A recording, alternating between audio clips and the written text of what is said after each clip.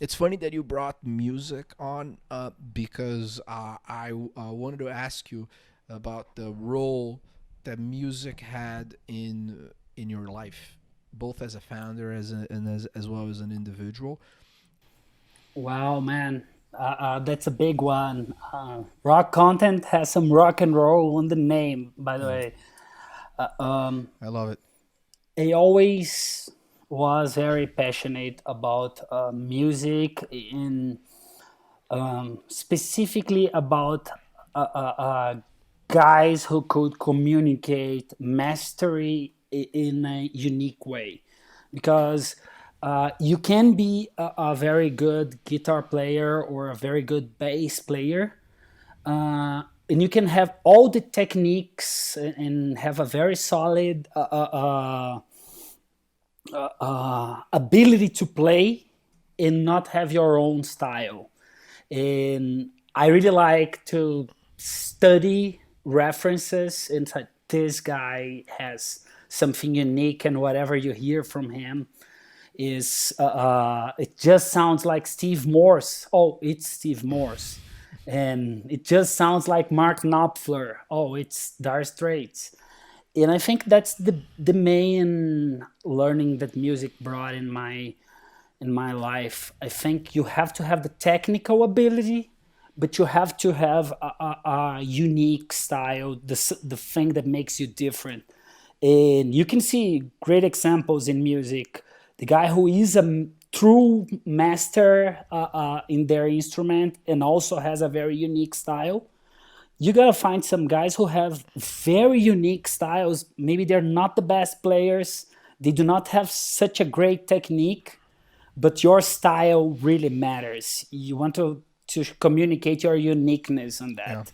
And I think that's the biggest role that music played in my life, helping myself find my rhythm, what works for me, what I can excel, what I am not willing to. So if you look at Harmonies or Black Sabbath, these are bands that had good guitar players, known as like an instrument genius. But wherever you listen to these guys, this is Tony Iommi. Exactly. I was good. I think This Tony Iommi is is by far probably the best, one of the best examples towards what you're talking about, right? Just the I. You're gonna love seeing. I have his signature guitar Oh, right please. So here. you have a Gibson SG, the red one. Yeah, show it to us. Let me. I think it's. I'm a big fan. Like it's a custom shop here. Nice. Oh, awesome. A full black one. Look at the Oh, that's crosses. great. This is incredible. Well, I remember, you know that. I'm a huge fan. Uh, Like whatever you listen from him, it just feels like it's him. yeah, it's amazing. And then like That that style. style is. I mean, if you ask me, what were the two most important rock? My nickname in high school was Metal. For 3 years, I wasn't Pedro. I was Metal, and um, yeah, Fun. I was like the last. The kid that would sit in the last row of classroom with like that black Iron Maiden T-shirt that was already gray because I wore it like so many times. Um, and yeah, music and rock specifically had such an important aspect of like in my life in terms of the foundational information of who I am. And the two most iconic albums, right? Because that's the only bad part about streaming, in my opinion, today is that we don't take the time to listen to an album. Um, were Metallica QMall and Black Sabbath Paranoid. They were just like the two most. I think I've listened to these albums so many times. It's crazy. We think a lot alike, man. I love these two albums, but I miss the album concept. Like, I think that's the only problem with streaming is that the concept of album became a little less frequent. Uh, are you familiar with Tool? Yes, the band. Yes, yes, Yeah, yes. that's their latest album. Is a great fresh album. Fear I Inoculum. have It's nice, great. nice. I listened to tons of Undertow. I think that was the I love that album. Uh, I think there are bands that are great at albums in creating the narrative. I think Toe is one of those, like Undertow, Lateralus, um, the I forgot 10,000 Days. I love that album. Um, yeah. Another band that is great at albums, Dream Theater, man. Metropolis Part One. That's a Yes. masterpiece. Although, have you ever seen them live? No, I've I was a never. little bored at their concert. Not to like, they're great musicians and they're all amazing and all that stuff. This is it's more of, it's a very personal thing.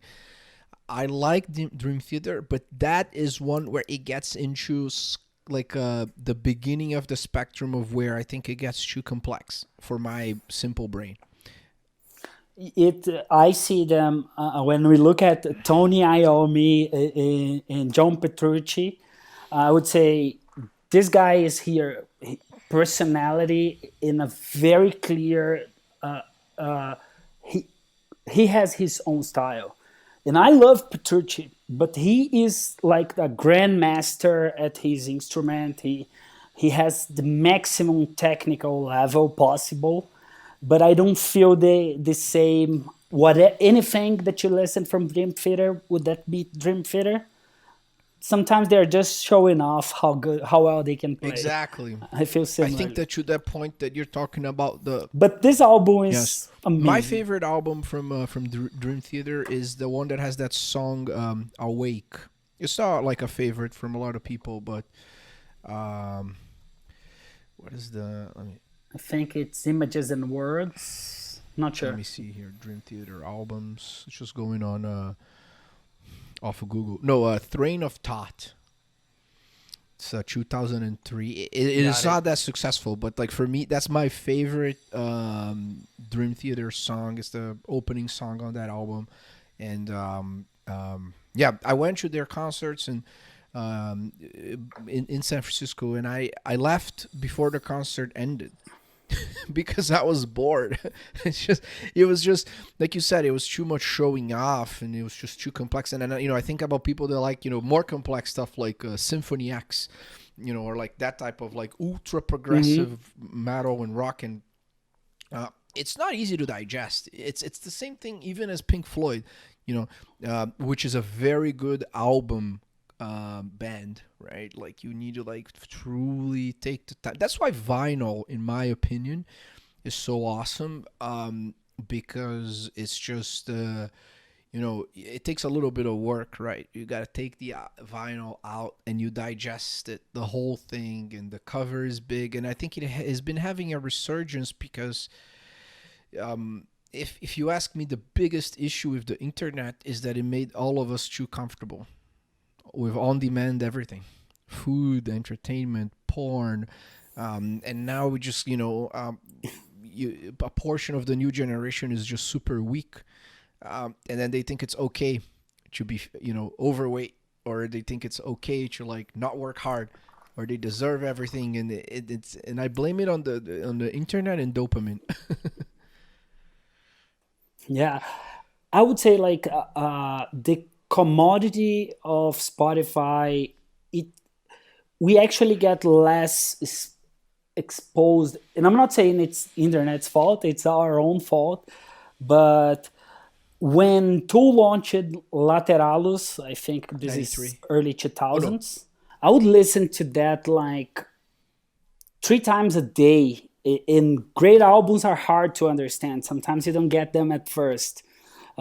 There's a lot of nuance and things that you go in. It's rarely for me these days to dedicate and commit the time to understand a specific album or recording. The latest one from Tool, I think, was the last one, The Fear Inoculum. It was by far the most listened artist last year on my Spotify. Um, I think we need more of these immersive immersive experiences in music these Yeah. days. I mean, this is interesting. This is like a random business idea, but do think that if you've had places where people could meet offline, just to like together enjoy an album and have and share like drinks and so forth, and we all kind of like work on whatever we're going to listen together in advance, and then we all go there. That's an interesting idea. I would pay for that, to just have a night where I'd be like listening to all the best like tracks with like my friends, and then do a hip hop thing or do a classical music thing. Um, but you're meeting with people offline. If someone ever starts this business, let me know.